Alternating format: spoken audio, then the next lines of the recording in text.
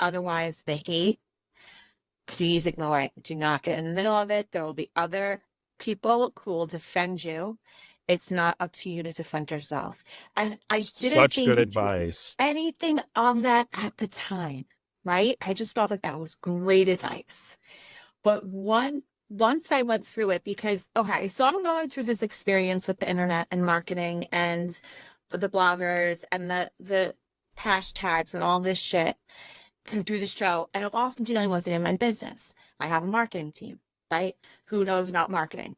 And so I'm in my business and, we're talking about how we're going to make sure that my brand stays intact through this process. And all we talk about is SEO, which if you're Yeah. marketing, Oh SEO, yeah. I know search SEO. engine optimization, right?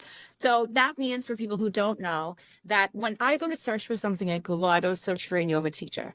The first yoga teacher that comes up for me is not necessarily the best yoga teacher or the most, yoga teacher. It is the person who has the best SEO, meaning every word that is Or attached is to this. paying to be there. They can pay Yeah, on that keyword too. Yeah. yeah, exactly. Like, so like all of these words that this teacher has decided to, like, for me, it's yoga, it's Ayurveda, it's holistic healing, it's acupuncture. It's like, these are all the words that my team has decided that shape my brand.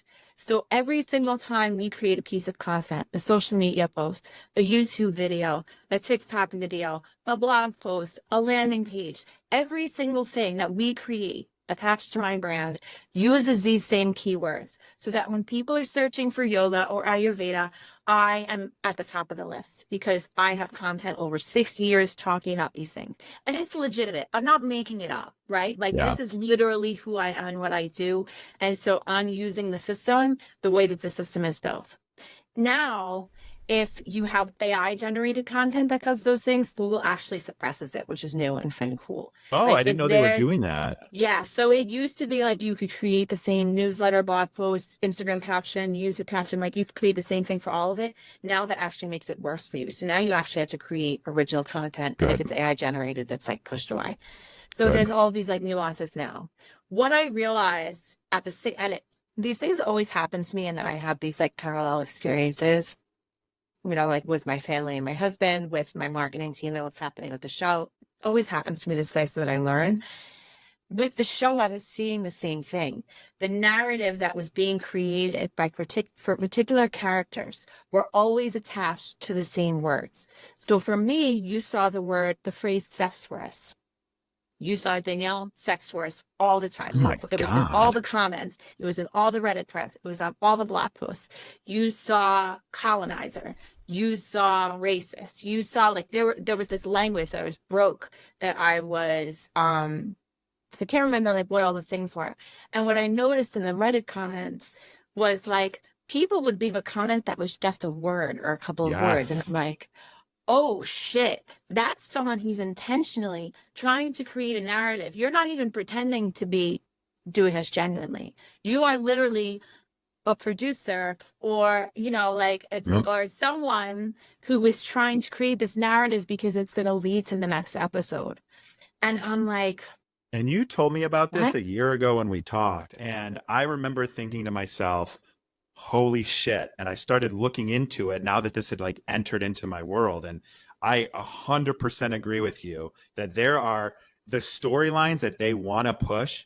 They have people on Reddit, whether it's producers, whether it's staff, whether it's bots, whether it's whatever, they have people that are pushing these narratives. They have social media commentators pushing these narratives, and they're all getting paid or coming from production to push Mhm. these narratives so that it grows the storyline that they're Yeah. trying to tell. So I'm sorry I interrupted you, but you No, really it's opened my eyes fine. to that.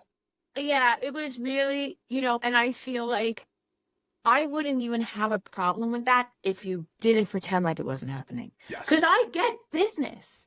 And marketing. I operate in this capitalist system, make your money, right? As long as I'm making it too, or as long as you're getting your heads up so my PR team can spin it however I have to spin it. Like, let's be a team. You want to Mm-hmm. create great television. I want to make a lot of money and live in a overwater bungalow in the Maldives. Like, let's make us both happy and make great television. Like let us Yeah. have that conversation. But we can't pretend that these social media quotes or this language that people are using is around a very specific narrative. And there were two times where someone said something in Reddit.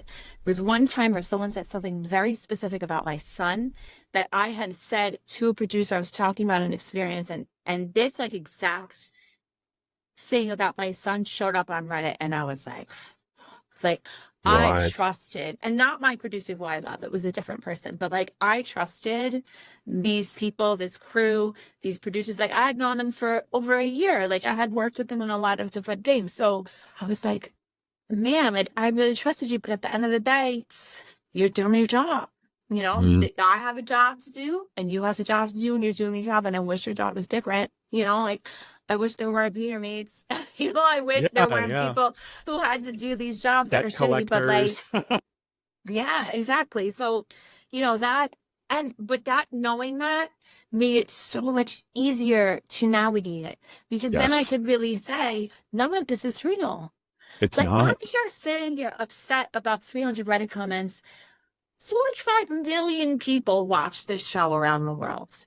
It's the same 8 people in Reddit with these 300 comments. And those out of those 8 people, 4 of them are bloggers. Because I see the same comment here that you just said in your podcast. Because people don't know how fucking crazy I am. I listen and watch all the things.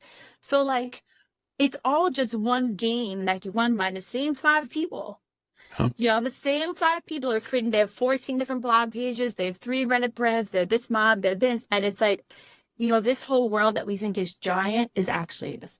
And like once you realize that the online hate and the bullying and the cyber stalking, all of that, it doesn't mean anything anymore. Then you start to play with it.